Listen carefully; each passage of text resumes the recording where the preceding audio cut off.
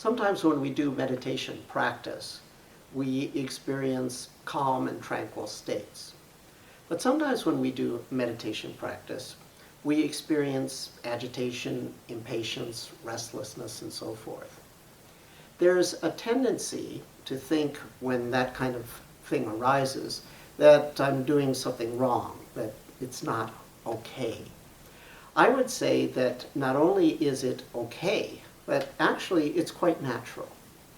An experience of restlessness in the body is a certain flavor of emotional experience in the body.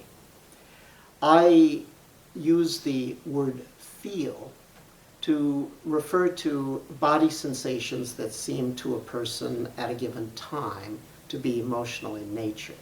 And I have a sort of list of common flavors of feel that come up for people.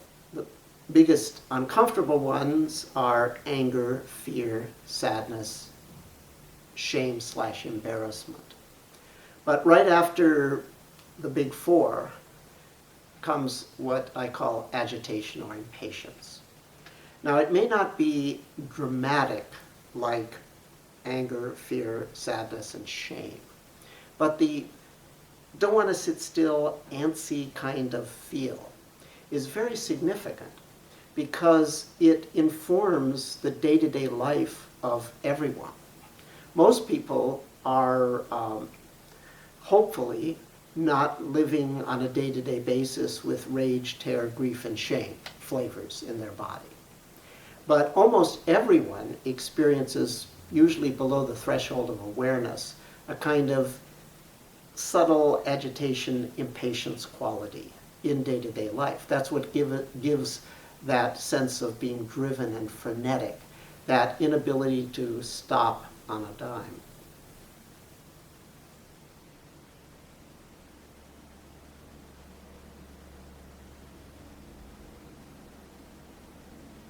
Is primarily due to agitation flavors that sort of drive you. Now, therefore, is the goal to get rid of those agitation flavors?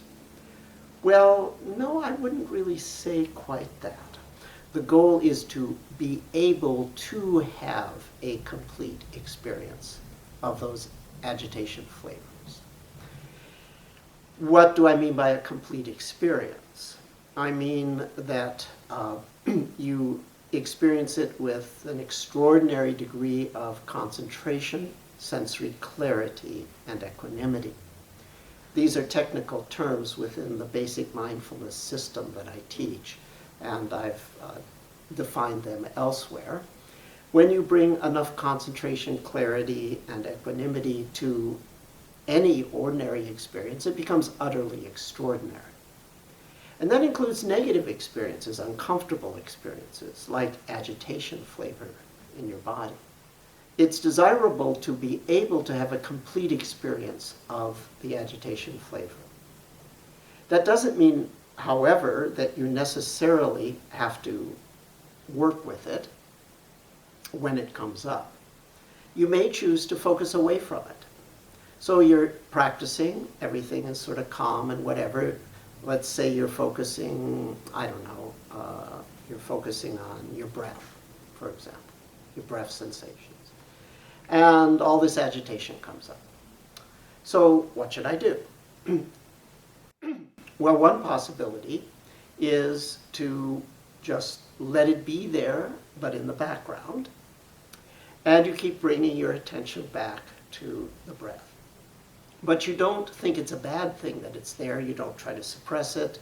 You just don't intentionally focus on it. You just keep coming back to your object. Now, I would say that you're not bringing concentration or sensory clarity to the agitation, but you are bringing equanimity to it. Even though you're not focusing on it, you're letting it be in the background. You're coming back to the breath. So one strategy would be just let it be there. Understand it's a natural thing. You let it be in the background. You keep focusing on what you were focusing on. Another strategy is, okay, let's not turn away from it. Let's turn towards it. Then you would be bringing three things to it.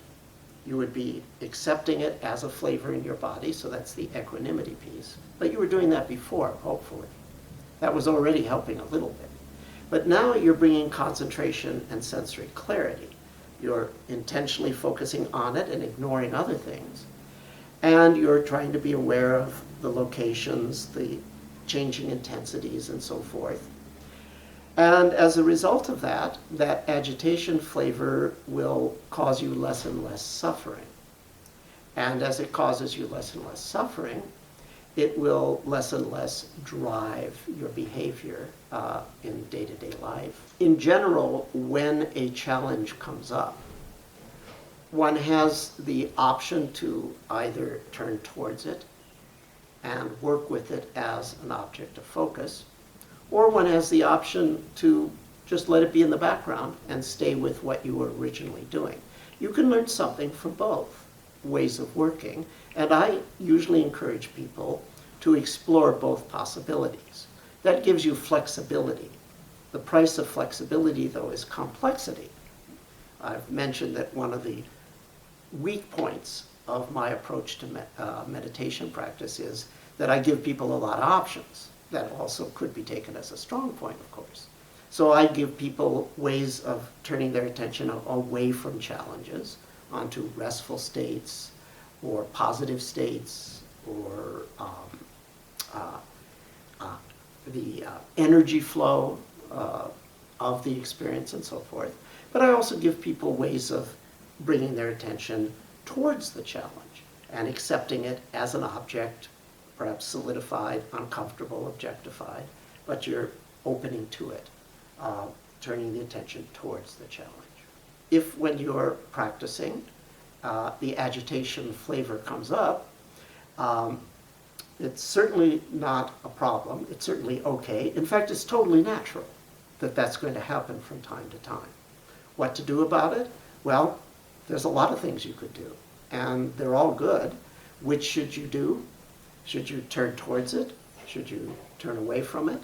Well, I would say it's desirable to have the ability to do either approach, because both are legitimate and both are productive.